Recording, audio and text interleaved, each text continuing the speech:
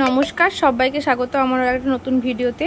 তো আজকে চলো আমি তোমাদেরকে দেখাবো হচ্ছে আমার ছাদ বাগানের যে আমি গাছগুলো লাগাই তাদেরকে তো কিছু খাবার দিতে হয়। তো এগুলো তো আমি নিজেই বাড়িতে বানাই, এর জন্য কোনো রকম কেনা ভেজাল রাসায়নিক খাবার ইউজ করি না। তো আমি কি খাবার ইউজ করি, যার জন্য দেখো এই দেখো আমার ভেন্ডি গাছে অলরেডি আমি এই ভেন্ডি গাছ থেকে দুটো ভেন্ডি তুলেই নিয়েছি এবং আরও একটা বেশ ভেন্ডি হয়েছে বড় সড়ো। এবং গাছগুলো দেখো কি সুন্দর হেলদি। তো এই হেলদি গাছ করার জন্য একটা তো আমাকে কিছু দিতেই হয় খাবার। তো সেই খাবারটা আমি বাড়ি থেকেই দিই, এটা আমাকে কিনতে হয় না। এবং এই খাবার আমি সপ্তাহে একদিন করে দিই, মানে যেদিন আমি টাইম পাই আর কি সেই দিন আমি দিই। দেখুন ভেন্ডিটা কত সুন্দর এখনও নরম আছে, তার মানে কচি, আর একটু বড় যদি হয়তো হোক এই জন্য। আর এবং আরও প্রচুর ফুল ফুটেছে। আর দেখো এইদিকে করলা গাছে দেখো অলরেডি করলা ধরেও গেছে, অনেকগুলোই ধরেছে, ছোট ছোট আছে তো তাই জন্য তোমাদেরকে দেখাতে পাচ্ছি না। এটা একটু এই দুটো একটু তার মধ্যে বড়। তো প্রথমেই দেখতে পাচ্ছ আমি এক সপ্তাহ ধরে যত আমাদের বাড়িতে সবজির খোসা থাকে তাই সেগুলোকে পচাই, আর সেগুলো পচিয়ে মানে সার তৈরি করি। আর তারপরে তোমার দিই হচ্ছে ভাতের ফেনা যেটা হয়, চাল ধোয়া জল, তার সাথে দিই হচ্ছে আরও তোমার এর সাথে আরও দিই হচ্ছে তোমার কলার খোসা, পেঁয়াজের খোসার রস, মানে সরি জল ভিজিয়ে রেখেছে জলটা থাকে সেটা। কলার খোসা খুব ভালো, পেঁয়াজের খোসাও খুব ভালো জল দেওয়ার পক্ষে। তো প্রথমেই আমি হাতে একটা গ্লাভস পরে নিচ্ছি, কেননা গ্লাভস না পরলে তোমার জিরো হবে। ঠিক করে লেখো। যাই হোক, মাঝখানে ঈশানকে একটু পড়াচ্ছিলাম বলে ওকে বলে দিলাম। গ্লাভস না পরলে খুব গন্ধ হয়, এত গন্ধ, কারণ অবশ্যই এক সপ্তাহ ধরে থাকে। তো ওটার মধ্যে যেটা সবজি দিই, আমাদের বাড়িতে যে সবজি থাকে রোজ সবজি কাটা হয়, তো তার তো খোসা থাকে, সেই খোসাগুলোই আমরা দিই। প্রথমে দেখো এখানে দিয়ে দিলাম ভাতের ফ্যান এবং পেঁয়াজের রসের জলটা, পেঁয়াজের পাতা ভিজানো রস যেটা হয়েছিল আর কি জলটা, সেটা এবার আমি দিয়ে দিচ্ছি আস্তে আস্তে সবজি পচাটা। এর মধ্যে অনেক পোকামাকড়ও হয়, তো ভালো করে ঢাকা দিয়ে রাখতে হবে এবং হাতে সবসময় একটা গ্লাভস পরে নেওয়াই ভালো। আর এর মধ্যে প্রথমে আমি সবজির খোসাগুলো দিয়েছিলাম, তার সাথে দিয়েছিলাম একটু করে ভাতের ফ্যানও দিতাম, একটু জলও দিয়েছিলাম, দিয়ে পচাতে দিয়েছিলাম। এক সপ্তাহের মধ্যে সব পচে গেছে, যত বাড়িতে আবর্জনা থাকে সব পচে গেছে। তো আমরা আর ফেলি না কিছু বাইরের সবজির খোসা। এবং সেখান থেকে বিশ্বাস করবে না তোমরা, এত গাঢ় একটা জল মানে বের হয়। তো সেটা পুরোপুরি ডাইরেক্ট আমি দিচ্ছি না, জলের সাথে মিশিয়ে দিচ্ছি, কারণ এখন তো তোমার ভীষণ গরম পড়েছে, তো ডাইরেক্ট দিলে হয়তো গাছের ক্ষতি হতে পারে। তো ওই কারণে আমি ডাইরেক্ট দিচ্ছি না। আর আগেও বলেছি যে আমার টাইফয়েড নেই, তাই জন্য একটু সমস্যা হয়। তো আমি আবার একটু জল মিশিয়ে নিচ্ছি, যেহেতু একা একা করছি জিনিসটা, তাই মানে একটু অসুবিধা হচ্ছে। আর ঘুম থেকে উঠে এসেছি, দেখো চোখ মুখের অবস্থা কি, চোখ মুখ পুরো ফুলে গেছে। তো একা একা করতে ভিডিওটা একটু কষ্ট হচ্ছিল, তাছাড়া ধরো একটু গন্ধও তো থাকছিল, আর একটু নোংরা জিনিস। সবাই হয়তো ভাববে যে এটা খুব নোংরা, কিন্তু গাছের জন্য তো এটুকু করতেই বা হবে, তাই না? তুমি যে জিনিসই লাগাও না কেন তার পিছনে তোমার খাটনি আছে। তো গাছের জন্য আমি এই খাটনিটা করি। আমাকে প্রথম আমারও খুব গন্ধ লাগতো, এখন অবশ্য অভ্যাস হয়ে গেছে। অবশ্য তোমরা চাইলে এরকম করে জল না দিয়ে, তোমরা চাইলে এটা থেকে মাটিও তৈরি, তো তোমরা চাইলে এটার সাথে তোমরা জল না দিয়ে শুধু এও দিতে পারো। মানে এই দেখো আমি ক্যামেরাটা নিয়ে এসে তোমাদেরকে দেখাচ্ছি। এগুলো হচ্ছে তোমার ওই তরমুজ খেয়েছিলাম, তরমুজের খোসাগুলো, সেগুলো একদম গলে গেছে দেখছো, এবং এর মধ্যে প্রচুর গুণ আছে। এছাড়াও দেখো আমি সব রকম আমাদের বাড়ি যত রকমের সবজি খোসা ছিল সব, কুমড়ো, পেঁয়াজ টিয়াজ সব, এর মধ্যে আলুর খোসা সব দিয়ে এই জলের মিশ্রণটা তৈরি করছি। হাতে করে ভালো করে সবজিগুলো একদম গেলে দিচ্ছি, যাতে সবজির খোসার যে বাকি জিনিসটা সেটাও একদম মাটির সাথে মিশে যেতে পারে। তো লাস্ট পর্যায়ে দেখো আমি আবারও ভালো করে হাতটা ঢুকিয়ে এটা করে নিচ্ছি। এরপর আমি এখান থেকে ভালো করে ছেঁকে জলটা তুলে নিয়ে যেসব গাছগুলো আমার মনে হবে শুধু জল দেওয়া দরকার সেগুলো জল দিই, আর যেগুলো মনে হয় একটু মাটিটা কম আছে সেসব গাছে মাটির সাথে আমি ওই সবজির খোসাগুলোও দিই। এবং তোমরা বিশ্বাস করবে না, এই যে এইরকমভাবে জল দিচ্ছি এর ফলে অনেক কুমড়োর বীজ বা অনেক পেঁয়াজের বীজ, টমেটোর বীজ এগুলো তো চলে যায়, সেইগুলোও মানে আমার গাছ বেরিয়ে যায়। তো আজকে জলটা একটু পাতলা হয়ে গেছে, মানে জলের পরিমাণটা একটু বেশি হয়ে গেছে, অন্যদিন কিন্তু বেশ পুরো হয়। তো এরপর আমি নিজেই দেখো ক্যামেরাটা সেট করছি, নিজে সেট করার জন্য একটু তো ক্যামেরাটা সেট করে নিচ্ছি ভালো করে। তারপর আমি দেখো এই ছোট বালতি করে নিয়ে যাচ্ছি এবং বাকি গাছগুলোতে দিচ্ছি। তো প্রথমে চেষ্টা করলাম মগে করে ঢুকিয়ে দেওয়ার, কিন্তু হচ্ছে না, মগটা বড় হয়ে গেছে বালতির তুলনায়। তো এখানে একটা জবা গাছ আছে, ওই জবা গাছটাই দিচ্ছি। তারপরে বাকি গাছগুলোতেও এরকমভাবে আস্তে আস্তে আমি জলটা দিয়ে দেবো।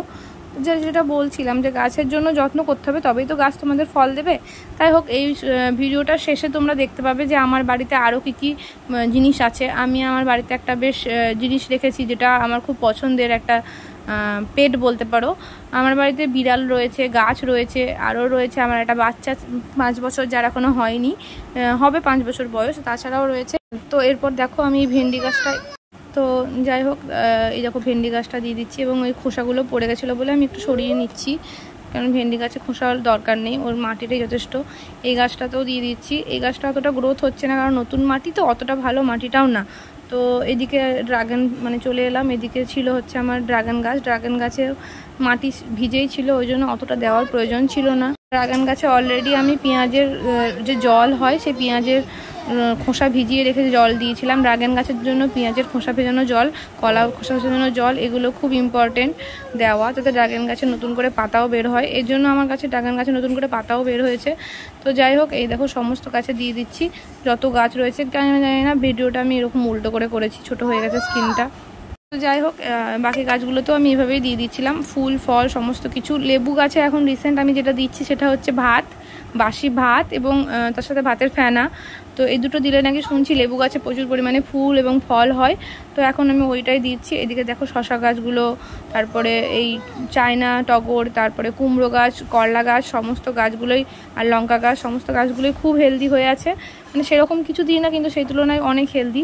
তো ওই যেহেতু ওই ভাত পাতা ভেজানো জলটা দিয়ে আমি, সবজির খোসা ভেজানো জলটা, ওটাই সারের কাজ করে।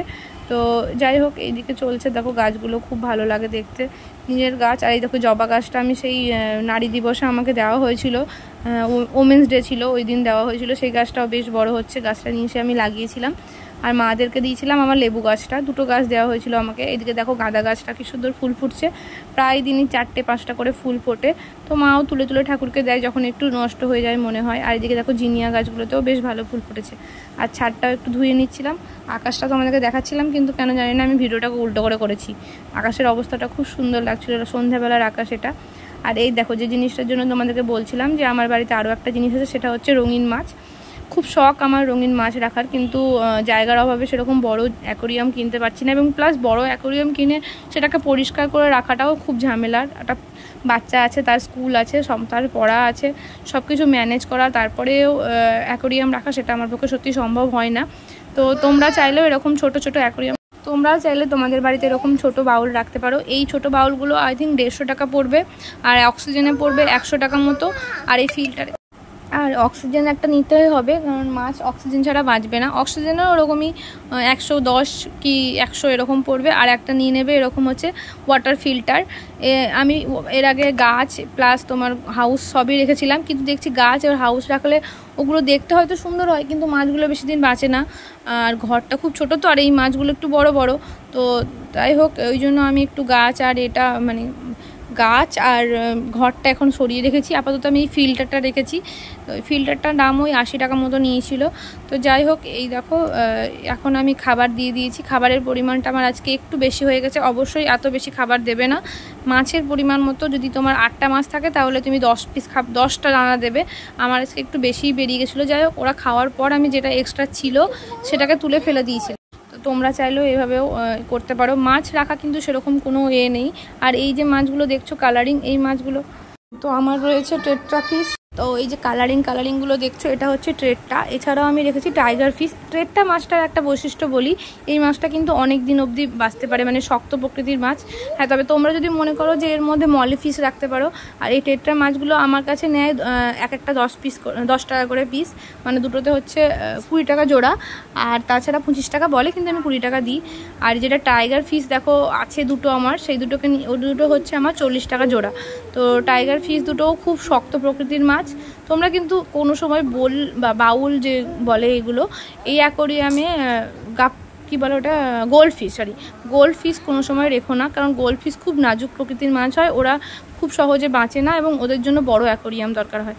তো এই দেখো, আর দিনে 10 বার করে অবশ্যই খাবার দেবে না, এক টাইমে খাবার দেবে, এবং সেটা তুমি রাত্রে দিতে পারো, দিনে দিতে পারো, একবারই খাবার দেবে।